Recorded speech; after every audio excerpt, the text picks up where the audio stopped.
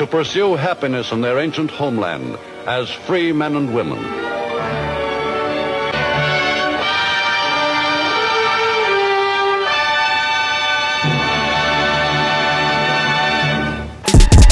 Israel is not asking the world for fantasy. Israel is asking to be understood in truth. This is not a game. This has happened before. Passover, Jerusalem. Fact or fiction? Attack. Paris, 1900. More than 50 million people from around the world visited the Universal Exposition, a World's Fair intended to promote greater understanding and tolerance among nations, and to celebrate the new century, new inventions, exciting progress. The 20th century began much like our own, with hope that education, science, and technology could create a better, more peaceful world. What followed soon after were two devastating wars. Deutschland ist nun erwacht. Die Macht haben wir nun in Deutschland gewonnen. Nun gilt es, das deutsche Volk zu gewinnen.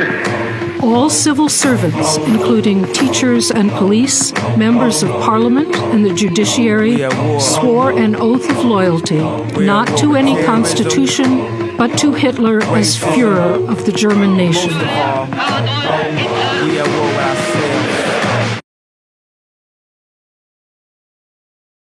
Well, first I would say that I think there are only two nations on this planet that can claim they have a biblical relationship with one another. One is Israel, one is Iran. You've been sold a story. Simple, clean, easy to share. But it's not true.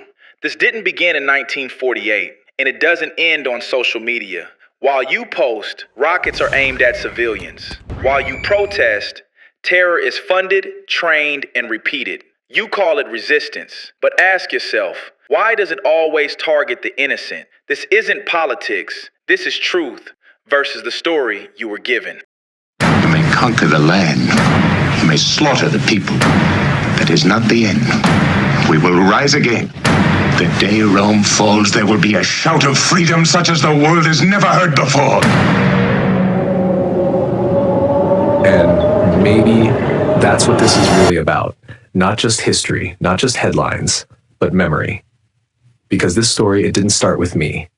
My family traces back to a descendant from the house of David. In 1741, he came to this land, not for comfort, not for power, but because something in him knew this place mattered. Through storms, through exile, through generations, that thread never broke. And now somehow I'm here. City of Jerusalem. Not as a historian, not as a politician, just trying to understand what this story really is. Because if this land still carries memory, then maybe this isn't just happening again. Maybe it was never finished. This is one of the latest boards to give away. Super sick. All right. Urgent reports coming in from Jerusalem. Did you see this deepfake? It's spreading fast. Officials confirm the ceasefire is holding, but others dispute this. And I quote, a fervent admirer of Jesus Christ, Durant, stated that morality by itself is not enough to ensure survival. A morally superior civilization may still fall to a ruthless enemy if it does not have the power to defend itself. If I forget thee, O Jerusalem, may my right hand forget its cunning. If I do not remember thee, let my tongue cleave to the roof of my mouth. If I prefer not Jerusalem to my chief joy.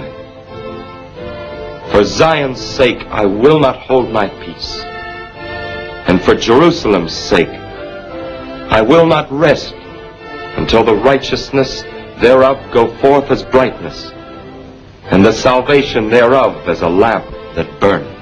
We got our boys on patrol. Israeli Prime Minister Benjamin Netanyahu, in his recent televised address, said he's alive, where he put arrest to the death rumors in his second address since the Iran war began. Netanyahu has ignited a major furor of his comments related to the Genghis Khan.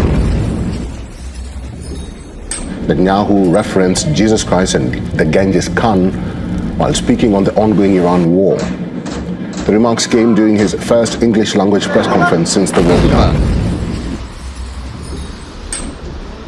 The data coming out of the Middle East quadrant is fascinating. Yes. Especially when you consider the historical volatility right here in the projection.